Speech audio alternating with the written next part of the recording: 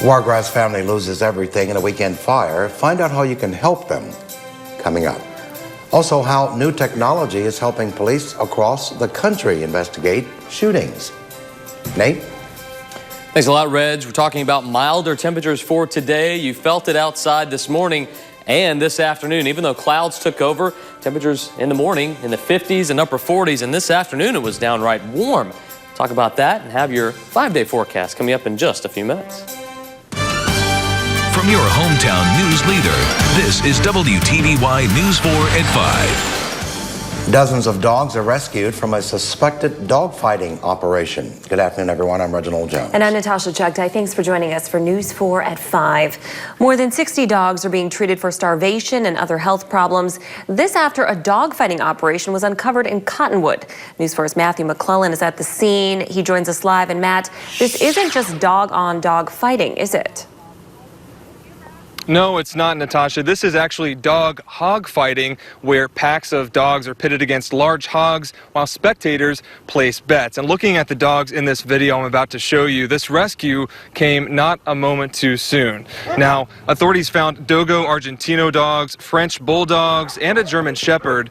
They've got skin infections. You can see every bone on their bodies, and they've been left out in the cold. Workers say they needed immediate attention. Cottonwood Police and the Humane Society of the United States are working the investigation. The suspect we contacted in October with a complaint of neglect of animals. Since that time, we've tried to work with him. In the last few weeks, the dogs have dramatically declined in their appearance and obviously needed veterinary care. We could not get the owner to do so.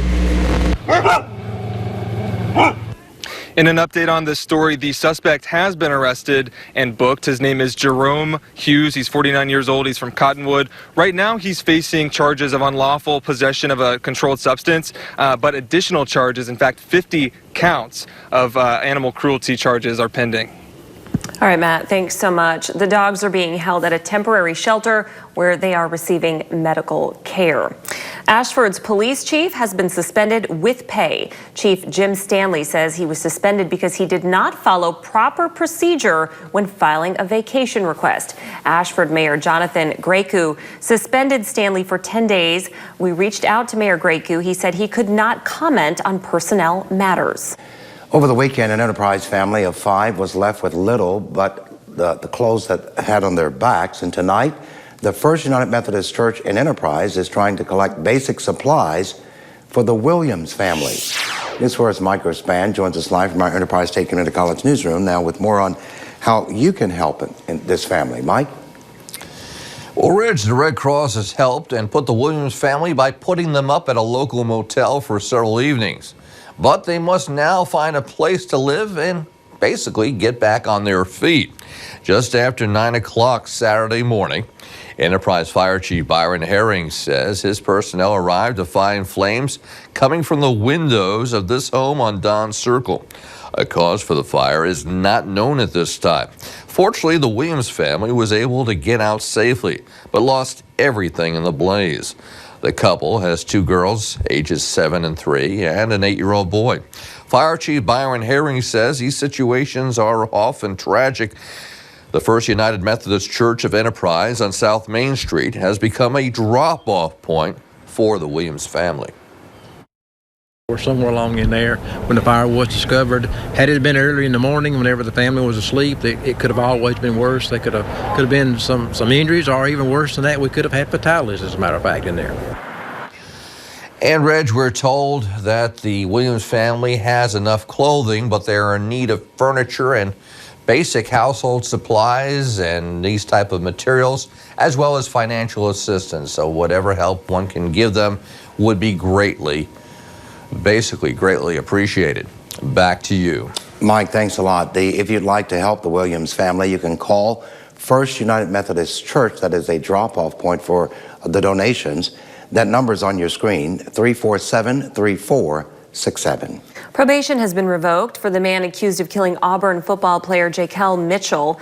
Markale Hart's lawyer said he was defending himself when Mitchell was killed at a party last month. They contend that Mitchell was also shooting a gun at the party. Hart was on probation for a previous burglary conviction. According to a prosecution document, Hart admitted to killing Mitchell. Hart's attorney says police evidence shows his client was trying to get away from Mitchell as the fatal shot was fired. More information has been released on George Zimmerman's aggravated assault arrest last week. According to the arrest report, a woman said Zimmerman threw a wine bottle at her and broke her phone. Zimmerman told police he was in a relationship with the woman, but that she threw the bottle. Zimmerman was released on bond. Well, it sounds like something out of NCIS, sensors that detect gunshots and alert police to their exact locations. It's called ShotSpotter. It's a series of microphones designed to detect the sound of a gunshot. It pinpoints its location to within 10 feet and then alerts police. Police in Camden, New Jersey have started using the technology. What they found was that 38% of gunshots in one neighborhood were not being reported.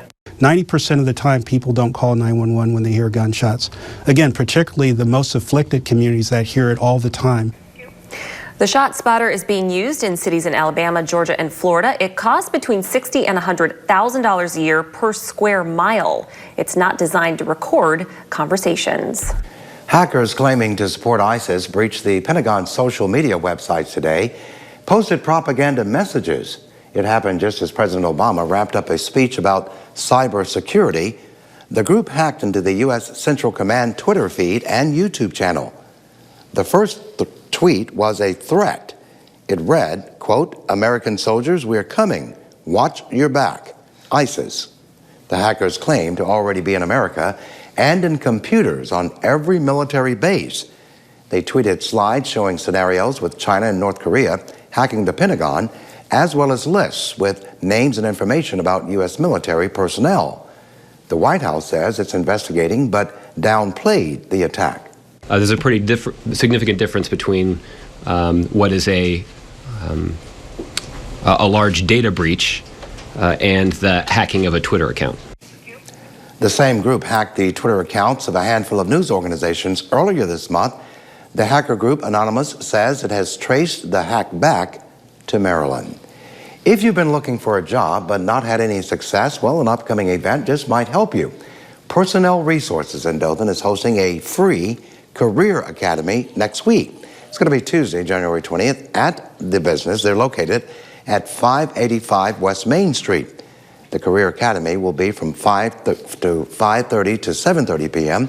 You can get advice, on putting together a resume, as well as interview tips. Some tips they offer job seekers is to clean up social media profiles, have professional email addresses, and dress professionally. Well, a rather gloomy Monday out there, but temperature-wise, it's really not too bad. Not bad at all. Let's go to Nate. He's standing by with the first look on the weather this afternoon. Nate. Yeah, temperatures weren't bad. Numbers that jumped up into the 60s in some spots, and warmer than that in others. We saw 70s this afternoon as clouds started to break up. A warm front lifted north, all ingredients for a warmish afternoon. You see numbers started off in the upper 40s, low 50s today. 59 unofficial high today in Dothan. Right now it's 55, but other spots in the Wiregrass, especially to our west, saw numbers this afternoon just in the last couple of hours in the low 70s today, about 10 degrees above average. We'll go back down closer to average for tomorrow, but lots of clouds and just gloomy conditions for the next few days. We'll break it all down for you in the forecast in a few minutes. Reg? All right. Thanks a lot, Nate. Well, Oregon and Ohio State meet on the gridiron tonight for the first college football playoff national championship game. It's a brand new way to crown a champion that many fans say was long overdue. Megan Alexander is in Texas. Ohio State and Oregon both have identical 13-1 records, but only the Ducks have Heisman Trophy winner Marcus Mariota. I believe he can actually play a big role in this game. It's going to be a great battle, there's no doubt. He didn't get there just by chance. But Big Ten powerhouse Ohio State will be no pushover in this historic game. This is the first time a 4-team playoff format is being used to decide the national championship. The NCAA would clearly like to build its new championship tournament into a mega event that may one day rival the Super Bowl in popularity and profits. TV commercial rates are already running at about $1 million for a 30-second ad. And tonight's game is expected to be cable TV's highest-rated program ever. ESPN paid $7.3 billion to air playoff games for 12 years. This is only going to get bigger and better. It's a very exciting time for college football. 7-time Grammy winner Lady Antebellum will sing the national anthem. This is one of the most stunning places I've ever seen. I mean, for football fans, this is the Mecca. Fans are paying an average of $900 a ticket to see which team takes home college football's new national championship trophy.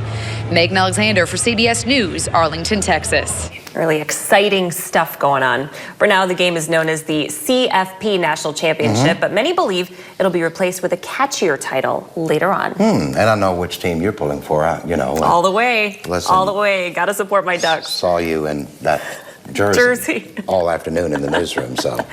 All right.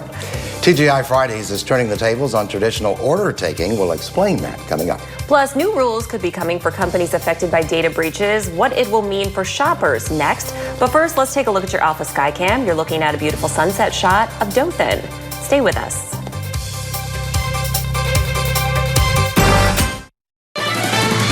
You're watching News 4 at 5 with Reginald Jones, Natasha Chugtai, and meteorologist Nate Harrington.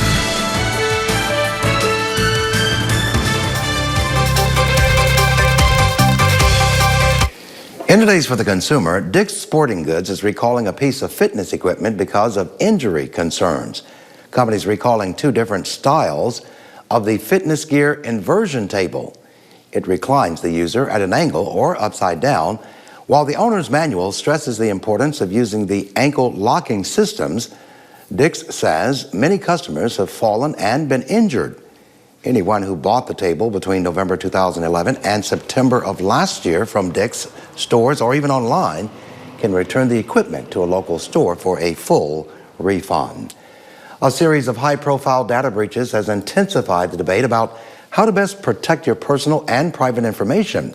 Millions of consumers have been potentially compromised by hacks at Target and Home Depot, just to name a few. Well, today, President Obama is weighing in with proposals that are designed to protect and notify you when large corporations and retail stores are hit. Terry Okita has details. A simple swipe of the credit card can lead to a complicated and costly mess. Credit and debit card accounts of up to 70 million people were exposed to hackers after a cyber attack on Target in 2013. Similar attacks at Home Depot and Neiman Marcus exposed millions more. This is a direct threat to the economic security of American families, and we've got to stop it. The president wants Congress to approve a new national standard to replace a patchwork of state laws on stolen information. Under the president's new proposal, companies would be required to notify consumers within 30 days if their personal information has been hacked. Sometimes folks don't even find out their credit card information has been stolen until they see charges on their bill, and then it's too late. Critics say a federal law could weaken laws already in place in most states. We found mixed reaction from consumers. To get it at a state level, I mean, I guess it doesn't really matter as long as it's being monitored and controlled. A lot of the companies being hacked are national companies, and so there needs to be some kind of national standard. The National Retail Federation issued a statement saying it supports a national standard for all businesses as opposed to the state-by-state approach. Terry Okita, CBS News, Los Angeles. President Obama also proposed a new Consumer Privacy Bill of Rights and a new law that would keep companies from selling private information about students that's collected in the classroom. Well, Pen and Pad are so yesterday at Fridays. Servers will be taking orders via tablets. The restaurant started rolling out the devices today. An executive for the chain says tips and per-person orders increased during a tablet testing phase. The system cuts down on backups and the amount of time it takes a server to log an order. Pretty interesting. Yeah. All right. Well, certainly a rather gray and gloomy start to our work week. Are we in for that all week? I well, hope not. Nate's going to let us know in his full forecast in just a moment. Plus, are you addicted to your smartphone? Coming up, we've got some health reasons to take a break. But first, here's a look at today's stocks.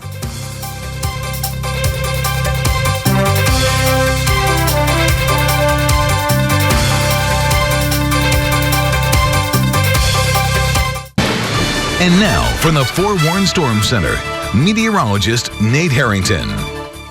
Now let's take a look at the big picture right off the bat. High pressure in the upper Midwest. Once again, a very cold situation up there for them. They're expecting lows once again tomorrow morning in the single digits and double digits below zero. Around here, we're dealing with warmer conditions. A little bit of rainfall earlier this morning. Lots of clouds around, but those clouds have now started to break up. You saw the Dothan Skycam shot pointed off to the west, some clearing sky for you. There you see some of the light showers that we had early this morning, but watch the cloud shield kind of break up. That's why folks off to the west, they saw less cloud cover today. They saw also warmer temperatures this afternoon. Right now, numbers well into the 60s and even some 70s earlier, just about an hour or two ago. 69 now in Andalusia, 68 in Crestview. You see 50s, upper 50s, middle 50s for Dothan, Abbeville, Blakely, Donaldsonville, and Mariana. Sections to the east didn't see so much sunshine for today unless you count about an hour right before sunset, and middle 60s and upper 60s for the middle of our viewing area. A warm front has moved to the north. That has created some warmer conditions for folks that are south of that warm front. But you draw a line from Demopolis through Montgomery and Dothan and then to the southern Georgia, and you see that warm front where the delineation is between the warmer and the colder air. Also more moisture too in the air. So low temperatures for tomorrow morning will be in the upper and middle 50s for most and some lower 50s. And with all the moisture in the air created from that warm front, we're going to have a dense fog advisory. Most likely visibility is limited to about 1/4 of a mile in most spots early for tomorrow morning. So please use those low beams. Give yourself some extra time on your way to work or school on Tuesday morning. Most of the cloud cover, the thick cloud cover, is well to our east now. The upper level pattern, though, is going to be pretty progressive. We'll see more clouds move in the mid-levels and also down at the surface. So plenty of moisture in the air with some colder air filtering in as high pressure takes control of most of the eastern half of the U.S. So colder air at the surface, but moisture in the mid-levels means lots of clouds and also means tiny chances, right around 30% chances of some light showers and even some sprinkles for Tuesday and into Wednesday, and very weak forcing throughout the southeast, meaning not a whole lot of other weather going on for us as we go into the middle portions of our work week. So we'll hang on to those 30% rain chances and lots of clouds for Wednesday. Better chances of rain as another Gulf low moves through by Thursday. But by Friday and Saturday, things are getting nicer. Temperatures near seasonal averages, but lots of sunshine. A little bit cooler, too, in the mornings for us on Friday and Saturday. So rain chances not great. We got to put them in there just in case you see a little light sprinkle for the next couple of mornings or afternoons. There'll be a chance of that, but nothing to get too concerned about. But Saturday looks fabulous. Saturday does look good. All right. All right. Thanks a so lot. much. You're welcome. A popular hamburger product is being recalled being pulled from shelves, I should say, rather, because of allergy concerns. We'll have details on that coming up. And many heart patients who've been prescribed an aspirin regimen should actually not be taking the medicine. Both those stories ahead in For Your Health.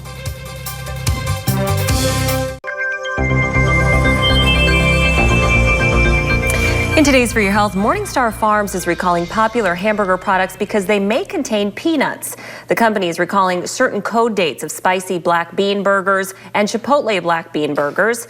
A spice ingredient in the burgers may contain peanuts. The burgers were sold nationwide. You can learn more by visiting MorningstarFarms.com. Click on the alert at the top of the page. More than 10% of patients taking aspirin to prevent a first-time heart attack or stroke should not be taking the medicine. According to a new study, while aspirin can help thin blood to prevent blood clots, for many, taking aspirin could do more harm than good. Bagad Shaban has details.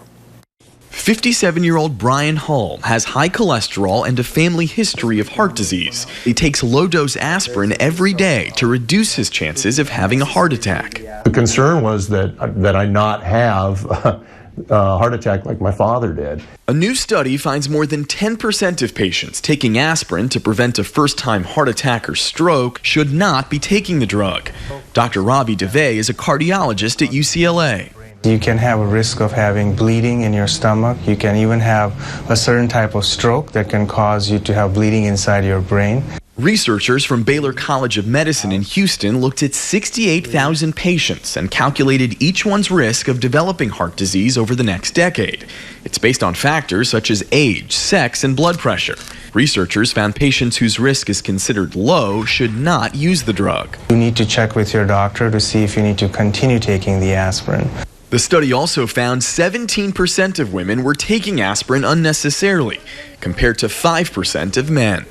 Brian Hall believes using aspirin over the past 10 years has prevented him from having a heart attack. Knock on wood, I haven't had one yet, and I'm hoping I won't have one for forever. Bigatchaban, CBS News, Santa Monica, California.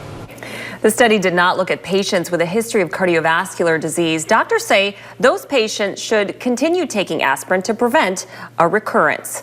Well, it's no secret that many Americans are obsessed with their smartphones. Turns out staring at your phone all day can lead to serious emotional and physical problems.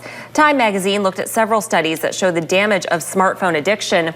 The first impact is your posture. By tilting your head just 15 degrees, you can double the weight or force your head puts on your spine.